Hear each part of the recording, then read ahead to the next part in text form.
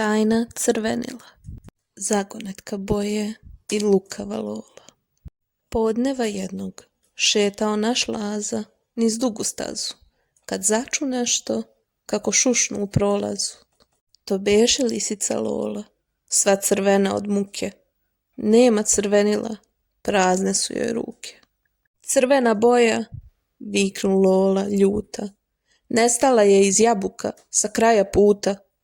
Laza se doseti, boja je to dara, moramo je naći, reče pun žara. Našli su trag na jednoj grančici, crveno je kod onog što voli da glumi. Ko to voli da glumi, pita Laza mali, koga svako u šumi često hvali. Lola se doseti, jer je puna znanja, to je Zeka glumac, pun je obećanja. Krenuše zajedno ka Zekinoj kući, da nađu crvenu, tamo će je vući.